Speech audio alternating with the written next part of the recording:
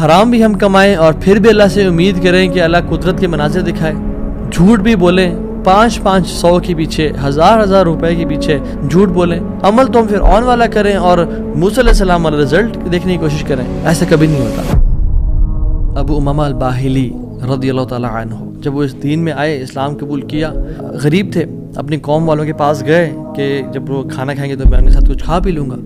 جب انہوں نے کھانا پکایا اور سرو کیا تو کھانے لگے تو دیکھا اس میں دم مسفوح پکا ہوا ہے. دم مسفوح وہ ہوتا ہے جب بکرے کو ذبح کرتے ہیں نا، یا دمبے کو یا اونٹ کو نہار کرتے ہیں تو جو خون نکلتا ہے نا، اس سے لوگ اس میں شامل کر لیتے ہیں اور اس کو پکاتے ہیں. کچھ روایت میں تھا کہ وہ خنزیر بھی اس میں تھا، جو کہ دونوں حرام ہیں.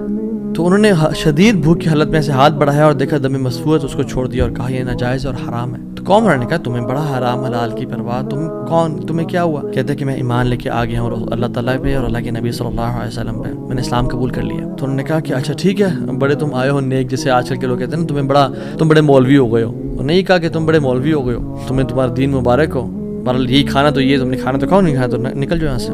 وہ چلے گئے، دور جا کے لیٹے. کہتے ہیں میں نے تھوڑی دیر کے لیے آنکھ لگائی اور بھوک کی شدید حالت تھی. تو جب میں نے حرام کا انکار کیا تھا، مجھے اللہ رب العالمین سے امید تھی، اس قادر قدیر سے امید تھی.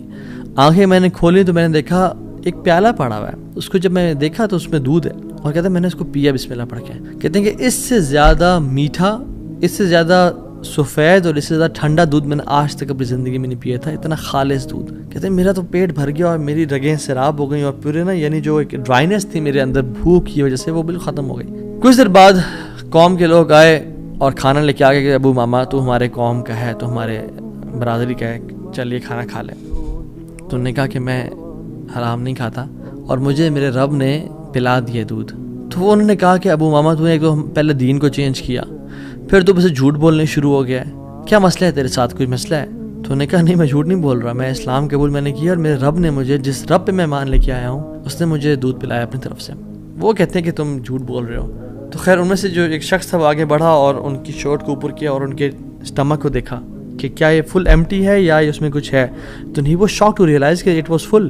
وہ بڑے حیران ہو گئے. تو انہوں نے کہا کہ جس رب پہ میں مان لے کے آیا ہوں نا، اور میں نے حرام کے لقمے کا انکار کیا ہے، اس رب نے مجھے دودھ پلایا ہے. اور ابو امامہ الباہلی رضی اللہ عنہ کی یہ کیفیت کو دیکھ کے ان کا سارا قبیلہ انہوں نے اسلام قبول کر لیا. تو اگر ہم حرام کا انکار کرتے ہیں اپنی زندگی میں، we make it a point کہ حرام لقمہ ہم نے نہیں کھانا، تو اللہ تعالیٰ کس طرح سے اپنی قدرت کے مناظر ہمیں دکھائیں گے. دیکھیں، ہمیں اگر اللہ تعالیٰ کی قدرت کے مناظر اپنی زندگی میں دیکھنے ہیں نا، اور ہم چاہتے ہیں کہ اللہ تعالیٰ ڈائریکٹ انٹرفیئر کریں اور ہماری زندگی کو آسان کریں، تو ہم نے حرام لقمے سے دور رہنا ہے. کہہ دیں لوگوں کو کہ نہیں کریں گے ہم بینک کی جاب، نہیں کھائیں گے ہم سود، نہیں بولیں گے ہم جھوٹ، ہاں بھوکے مر جائیں گے لیکن ہم گناہ نہیں کریں گے، ہم جھوٹ، ہم حرام لقمہ نہیں کھائیں گے.